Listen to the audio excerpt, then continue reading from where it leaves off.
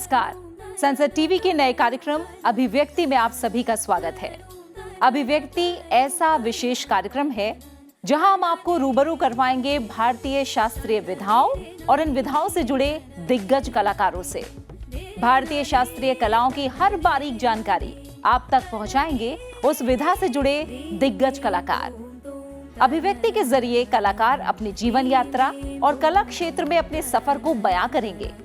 साथ ही शास्त्रीय विधा की कहानी, इतिहास और इस मुकाम तक पहुंचने की पूरी दास्तां हमारे साथ साझा करेंगे।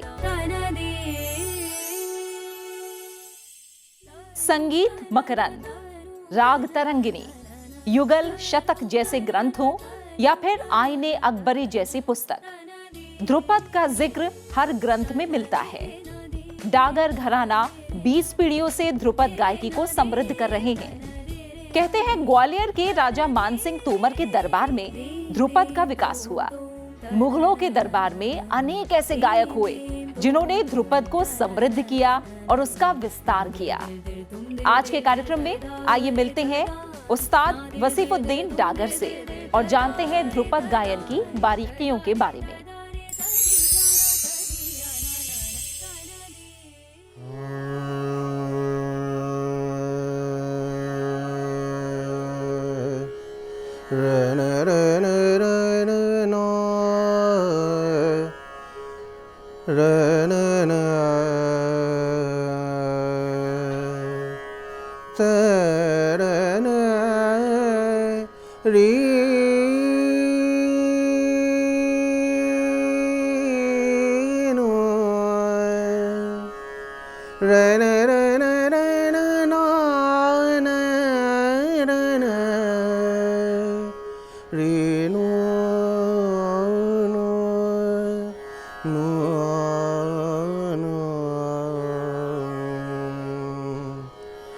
तू ही ब्रह्मा तू ही विष्णु तू ही गुरु तू ही चेला रे। तू ही ब्रह्मा तू ही विष्णु तू ही गुरु तू ही चेला रे।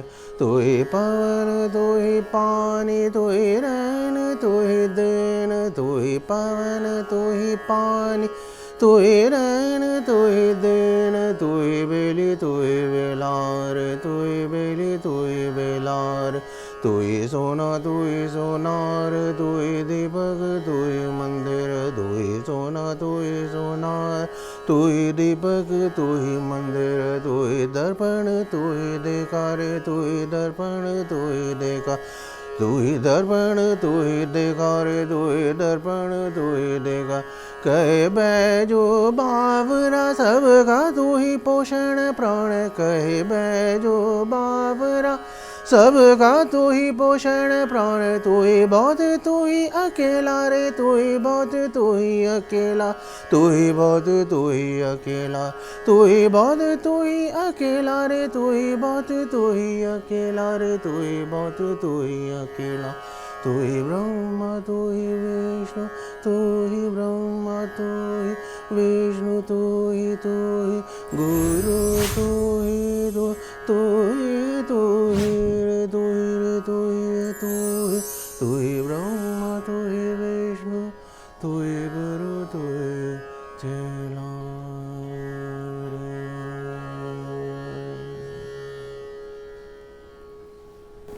नमस्कार, मैं वासिफुद्दीन डागर, मैं डागर परिवार बिलोंग करता हूँ। हमारे पिछली 20 पीढ़ियों से हमारे ख़ानदान में ये संगीत चला आ रहा है और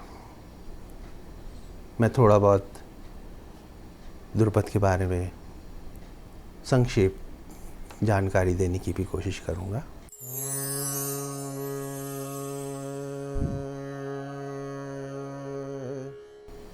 ध्रुपद भारतीय संगीत की प्राचीनतम शैली है और सबसे पहले तो ऑफ कोर्स लोक संगीत ही था। लोक के बाद फिर उसके अंदर फिर हमारे 4 वेद हैं, ऋग्वेद, यजुर्वेद, अथर्ववेद, सामवेद।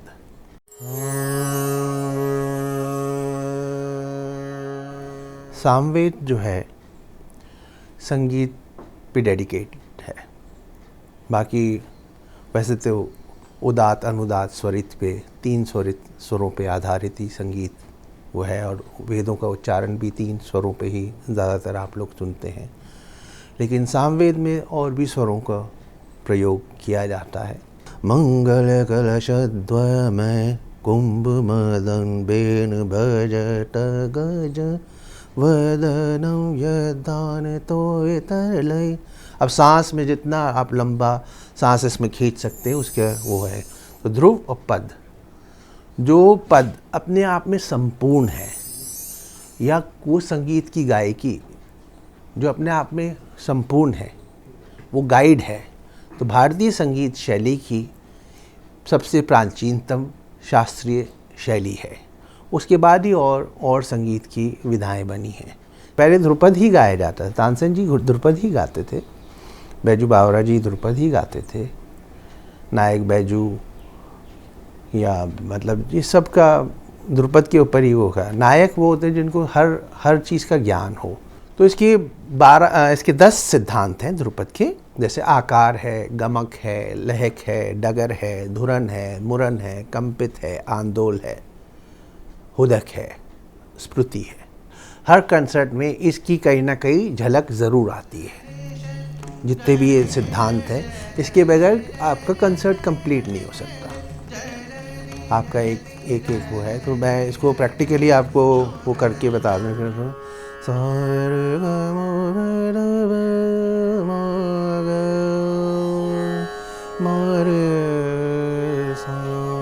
जैसे आकार है,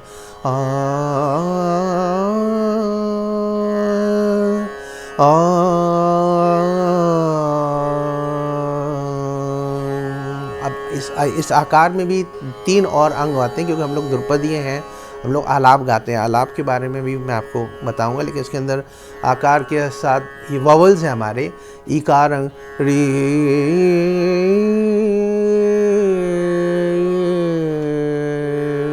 फिर उकार है नू,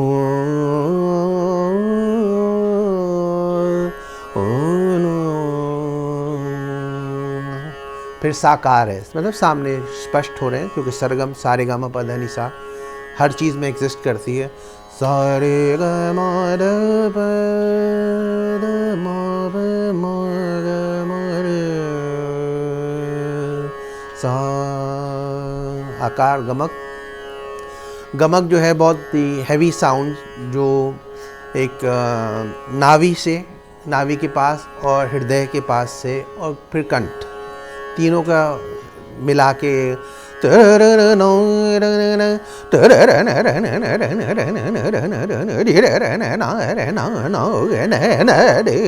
ये साउंड्स हैं, जो लोगों को बहुत आम लोगों को ऐसा लगता है कि ये क्यों ये साउंड है। लेकिन ये हम अपनी कैपेसिटी बता रहे हैं कि ये डगरपन घटकी जो है ना, ये यही है। जो गला है ना, ये इधर से खाना है, इधर से पीना है, इधर से ही बोलना है, इधर से ही सब कुछ आना है। तो यही डगरपन घटकी है। अब इसको हम लोग स्मूथ करते हैं, और इसमें कितनी इस छोटी सी जगह से, डगर से हम कितने साउंड निकाल सकते हैं। नासिकाओं का भी प्रयोग होता है, नासिका, निरन नासिका, अनुनासिका। तो ये गमक है, गमक, आकार, गमक, लहक जैसे टाइड्स, जैसे वेव्स ऊपर नीचे जाती हैं, लहरें जैसे, लहक आपको समझ, लहर के साथ भी समझ रहे, ना ना ना ना ना ना रे न रे ना नो नो नो नो।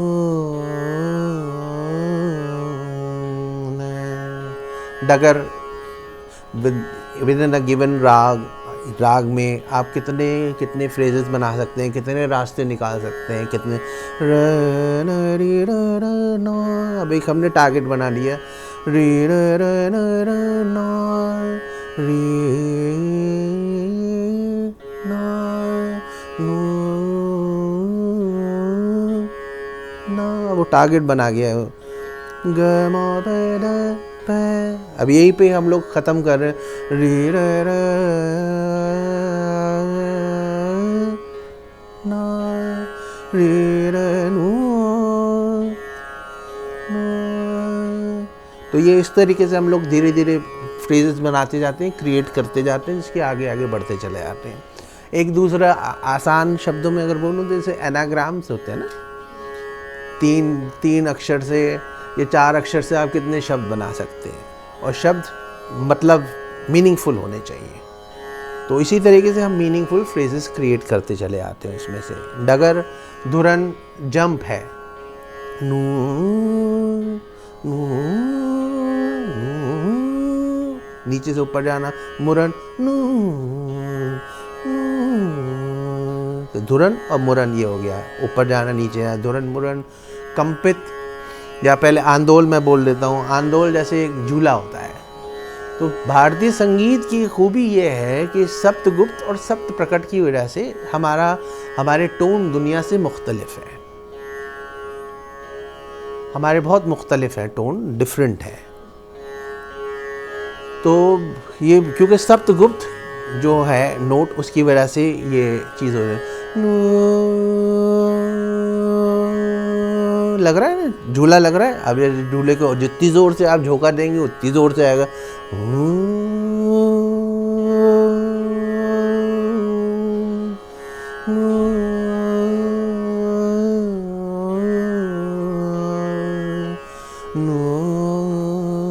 झूला एकदम नहीं रुकता है, एक वक्त लगता है उसको रोकने के लिए।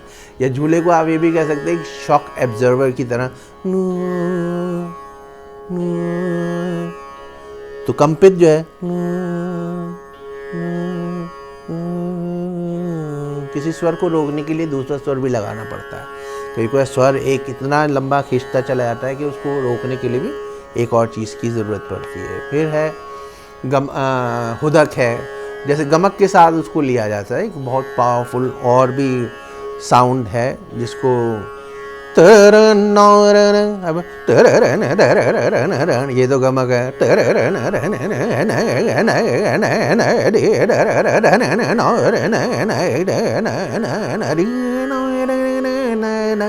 अब उधर अब और ये कभी कभार माइक में अगर बहुत एम्प्लीफिकेशन हो तो बहुत लोग इससे वो भी थोड़ा सा शॉक भी लग जाता है, डर भी लग जाता है।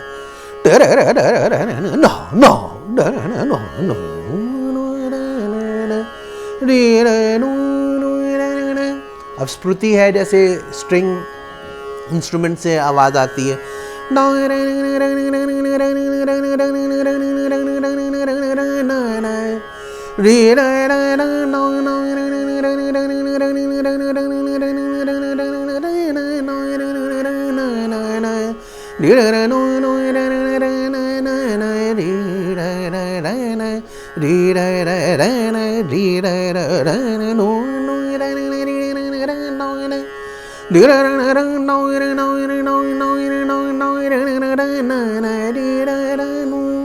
तो ये 10 हो गए। आकार, गमक, लहक, डगर, धुरन, मुरन, कंपित, आंदोल, हुदक, स्मृति, ये 10 उसूल हैं। मींड और सूद भी लिए जाते हैं, जिससे 12 उसूल बन जाते हैं। हमारा शरीर जो है गात्री वीणा कहा गया है, ईश्वर की बनाई हुई वीणा है। तो this is a instrument which is instrumental in making all the instrument. अब नेचर में भी हम लोग का दखल है, तो स्ट्रिंग इंस्ट्रूमेंट भी हम ये क्रिएट कर सकते हैं। इसके अंदर परकशन वेरिएशंस भी डाल सकते हैं। इससे हम लोग विंड तो है ही है, विंड, स्ट्रिंग और परकसिव इंस्ट्रूमेंट्स की भी आवाज़ आ सकती है। अब जैसे अब मैं एक एग्जांपल जैसे गमक में ही दे रहा हूँ, डमरू किया,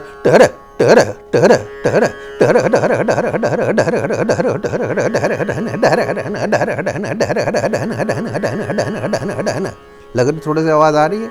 एग्जैक्टली अभी जब वार्म अप होते हैं तो और भी ज़्यादा इसके अंदर आवाज़ आनी शुरू हो जाती है। टहरा टहरा टहरा, अब जैसे दोनों तरफ प्रेशर सही तरीके से लगता है तब जाके आवाज़ आएगी।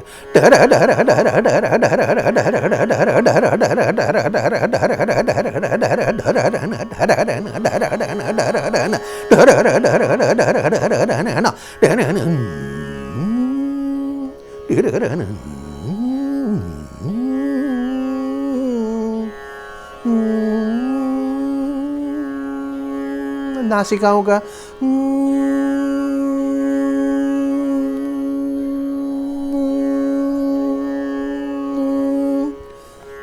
तो दोनों नॉस्ट्रल्स अलग तरीके से खुली रहती हैं।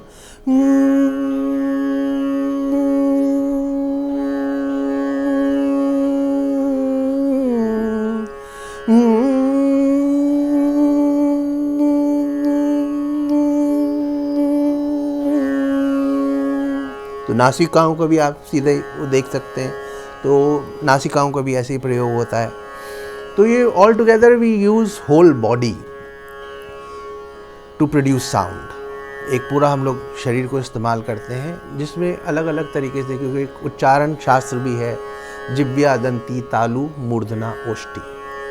जिव्या जीभ के साथ, जिव्या दंती दांत से किस तरीके से हम साउंड को कंट्रोल कर रहे हैं, जिव्या दंती तालु पैलेट, तालु से किस तरीके से आवाज़ टकरा के आगे आ रही है, मूर्धना मुंह से, ओष्ठी लिप्स।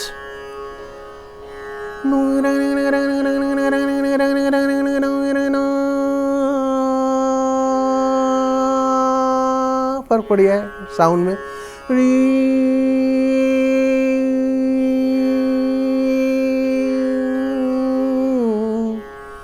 रे रे नो नो रे नो।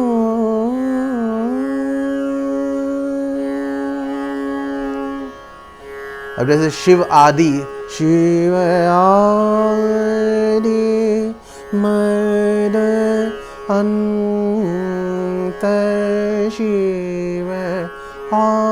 अब इसको अगर हम रियलाइज करें, शी ये भी आ गया, शिव शिव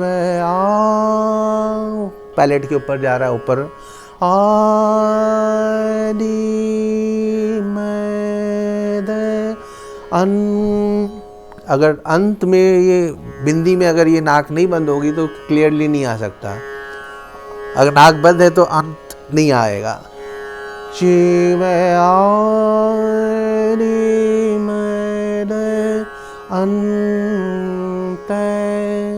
जो जो होठ किस तरीके से हो रहे हैं, जो गाते जोगी शिव। अब नाद दो प्रकार के होते हैं, आहत नाद, अनाहत नाद, स्ट्रक साउंड और अनस्ट्रक साउंड।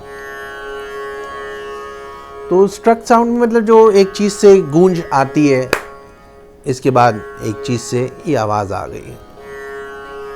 तो इसी तरीके से इसमें भी, ध्वनि में भी, गाने में भी एक जो आवाज आ रही है एक चीज से।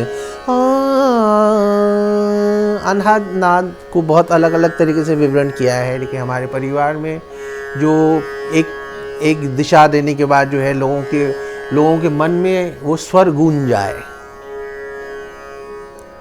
तो वो अनहद नाद है। आहत नाद, अनाहत नाद।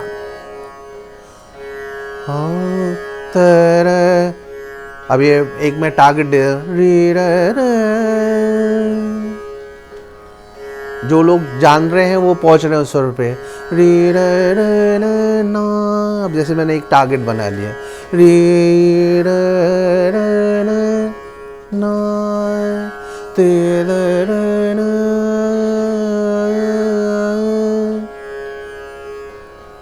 अब आपके मन में आ रहा है ये कि री रे रे ना, एक्सपेक्टेशन है। तो हम अपनी पद्धति में बोलते हैं कि हमने स्वर को नहीं देखा, हम स्वर की उपासना करते हैं, आराधना करते हैं। हमने स्वर को नहीं देखा, परमात्मा को किसी ने नहीं देखा।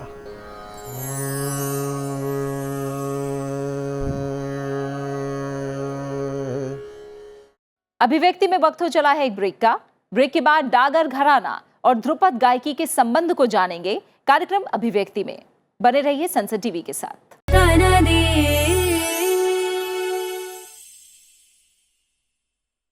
ब्रेक के बाद आप सभी का स्वागत है। अभिव्यक्ति में हम आज आप तक लेकर आए हैं ध्रुपद गायकी की बारीकियों को। इस विधा की इन बारीकियों से हमें रूबरू करवा रहे हैं वासिफुद्दीन डागर। हमने बोले हुए शब्द को देखा है, बोले हुए शब्द को किसी ने नहीं देखा। हर के पास अपनी उस शब्द की छवि है और उस छवि के अनुसार वो बात करता है।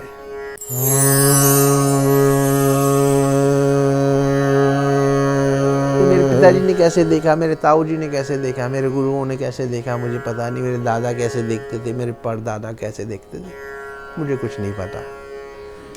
मुझे जो एक दिशा मेरे गुरु ने दी है, अब मेरे गुरु ने जो मुझे दिशा दी है उसके बाद जो है फिर मेरी आज़ादी है कि मैं उस स्वर को किस तरीके से देख रहा हूँ, उसकी मैं किस तरीके से आराधना कर रहा हूँ, कैसे पूजा कर रहा हूँ। तो इसी तरीके से मतलब स्वर को किसी ने नहीं देखा, हम लोग उसकी आराधना करते हैं। तो स्वर हर राग में सा ज़रूर होता है। हम लोग ऑक्टेव में गाते हैं, सप्तम में हमारा एक ऑक्टेव में 7 स्वर होते हैं। तो इसमें इसी तरीके से हम लोग आलाप करते हैं। रे ना रे ना रे ना रे नो। तो बाबा बैराम खां साहब ने आलाप के ऊपर बहुत वो किया है। संगीत रत्नाकर में इसको परिकीर्ण अध्याय का एक अध्याय है पूरा का पूरा, जिसके ऊपर उन्होंने कार्य किया और इसको बहुत आगे बढ़ाया। बाबा बैराम खां साहब ने उनके बेटे थे सद्दू खां साहब और अकबर खां साहब, उनको भी उन्होंने तालीम दी। और उन्होंने मोहम्मद जान खां, मोहम्मद अली खां साहब को भी उन्होंने तालीम दी, जो उनके भतीजे थे। लेकिन उनकी उम्र इतनी थी कि उनके भतीजे उनके बेटों के तो देहांत हो गया। और उन्होंने अपने फिर पोतों को भी सिखाया। ज़ाकिरुद्दीन खां साहब, अल्लाह बंदे खां साहब, उनको उन्होंने तालीम दी। उन लोगों ने जयपुर में तालीम अपनी हासिल की और वो 100 बरस के थे तब उन्होंने जब सबके देहांत हो गया तो उन्होंने परमात्मा से दुआ मांगी कि मुझे कुछ समय दे दें, मैं अपने पोतों को तैयार कर सकूं। तो परमात्मा ने उनको वो भी दे दिया। तो उनको 20-21 बरस और भी वो जिए, जिसमें उन्होंने अपने पोतों को तैयार किया। और उन्होंने उनके जो सगे पोते थे बाबा इनायत खां साहब, उन्होंने बहुत सारी बंदिशें बनाई और वो भी षट शास्त्री थे। बाबा बैराम खां साहब षट शास्त्री थे। और उसके बाद फिर वो ज़ाकिरुद्दीन खां साहब जो थे उदयपुर कोट रजवाड़े में थे। और अल्लाह बंदे खां साहब भी पहले वहाँ पे थे। फिर उसके अल्लाह बंदे खां साहब जो मेरे सगे परदादा हैं, वो जयपुर दरबार में आ गए, यानी अलवर दरबार में आ गए थे। मेरे दादा होलकर दरबार में थे इंदौर में। और होलकर दरबार में उनके बाद उनके छोटे भाई रहीमुद्दीन खां साहब, वो भी वहाँ पे थे। इमामुद्दीन खां साहब भी उदयपुर कोट में थे, फिर जयपुर में आ गए थे। मेरे सबसे छोटे दादा या नाना, सगे नाना हुसैनुद्दीन डागर साहब, तानसेन पांडे जी, वो पहले अलवर कोट में थे। उनको अलवर दरबार ने वो तानसेन पांडे की उपाधि दी हुई थी। वो ये बोलते थे अकबर के दरबार में अगर तानसेन थे तो मेरे दरबार में भी ऐसे गायक हैं जो तानसेन की वो रखते हैं। तो उनको तानसेन पांडे का उनको उपाधि मिली हुई थी। संगीत रत्नाकर की मेरे दादा को वो उपाधि मिली हुई थी, नसीरुद्दीन खां साहब को। रियाजुद्दीन खां साहब और ये लोग जयपुर में थे, जयपुर दरबार में थे, इनायत खां, रियाजुद्दीन खां साहब। तो मतलब इस तरीके से फिर उसके बाद फिर हमारा वो आज़ादी के बाद फिर अलग अलग शहरों में चले गए। नसीरुद्दीन खां साहब पहले तो उदयपुर में थे, फिर उदयपुर से फिर वो बनारस भी गए, दिल्ली आए, दिल्ली के बाद फिर बॉम्बे और कलकत्ता में उनका वो रहे। मेरे पिताजी ताऊ जी पहले जयपुर में थे, फिर उसके बाद वो दिल्ली में ही सेटल रहे, जिस वजह से हम यहाँ पे हैं। ज़हीरुद्दीन डागर साहब और फयाजुद्दीन डागर साहब मेरे उस्ताद दोनों। हमारे बाबा कहते थे कि उनसे पूछा अल्लाह बंदे खान साहब और ज़ाकिर खान साहब ने स्वर की सच्चाई क्या है, स्वर की सच्चाई क्या है, तो बाबा बैराम खान साहब ने फरमाया कि जिसका जितना ईमान सच्चा उसका उतना स्वर सच्चा। जिसकी कसौटी ईमान पे है तो उससे कौन धोखाधड़ी कर सकता है। मतलब आपको समर्पण करना पड़ता है, आपको अपनी आवाज़ को समर्पण करना पड़ता है, तब जाके एक अच्छी ध्वनि, अच्छी आस पैदा होती है। तो स्वर का नाम सिर्फ आस ही नहीं है, स्वर का नाम सिर्फ एक मतलब एक चीज़ हो गया है, फिर उसका नाम मतलब उसके बाद स्वर आ गया है। स्वर में विश्वास भी उतना ही चाहिए। आस तो है ही है, लेकिन स्वर में आभास भी है, जिसको अनाहत नाद कहते हैं। तो स्वर से आपको अनाहत नाद भी मिलती है। फिर एक और भी वो है कि हम लोग जब गाते हैं ना, हम लोग कहते हैं कि वो स्वर को छू नहीं पा रहे हैं। हम लोग बोलते हैं वो साहब वो स्वर छू नहीं पा रहे हैं, वो स्वर को छूना। क्यों हम लोग को what is more important, a touch और feel of touch. The feel of touch is far superior than the touch. Then again it is debatable. हर आदमी को जो लगता है वो उस हिसाब से ही वो कर सकता है। तो फील ऑफ टच मतलब ये है, तो हम लोग जब गाते हैं ना, हम लोग वो उन स्वरों को छूने की कोशिश करते हैं। क्योंकि हमारे जब छूने की कोशिश करते हैं तो हमारे बुजुर्गवार, चाहे रहीमुद्दीन खान साहब की बात है, हम रहीमुद्दीन खान साहब की बात है, तो फ़हीमुद्दीन डागर साहब ने उनसे कहा साहब वो स्वर छू नहीं पा रहा हूँ। मतलब ये अक्सर हम लोग ऐसे ही बात करते हैं कि वो स्वर को छूना है, उस स्वर को वो करना है। तो उन्होंने कहा बेटा तू उसको छूना चाहता है, वो तो देखने से मैला हो जाता है।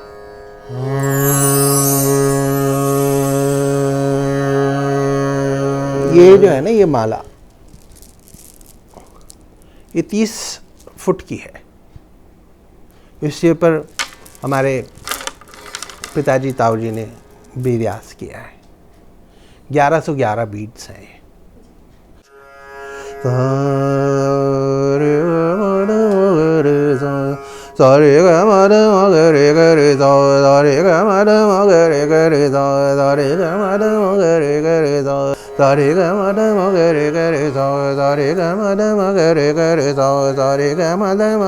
ये 100 के बाद जो है ना, इसमें पॉज आता है। तो 1111 बार जैसे इमेजिन कितना समय लग जाता है इसके अंदर। जब ये हैंड ओवर की जाती है या नेक्स्ट जनरेशन को, तो उनको ये कहा जाता है कि इसका आप जो है ना धागा बदलिए, अपने आप खुद पिरोइए इसको। तो फिर आपकी अटैचमेंट इससे बढ़ेगी, आपकी मेहनत इसके साथ आएगी, तो आपके इसके अंदर आपकी अटैचमेंट बढ़ेगी।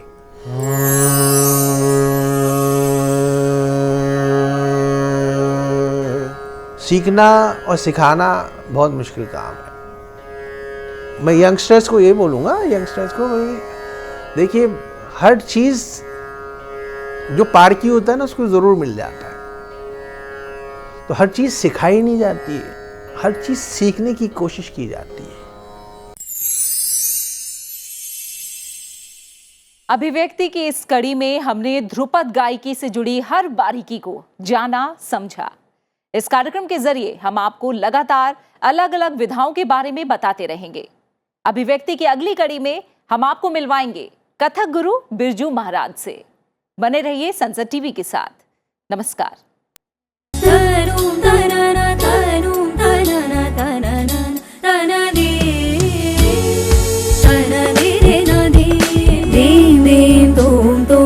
na na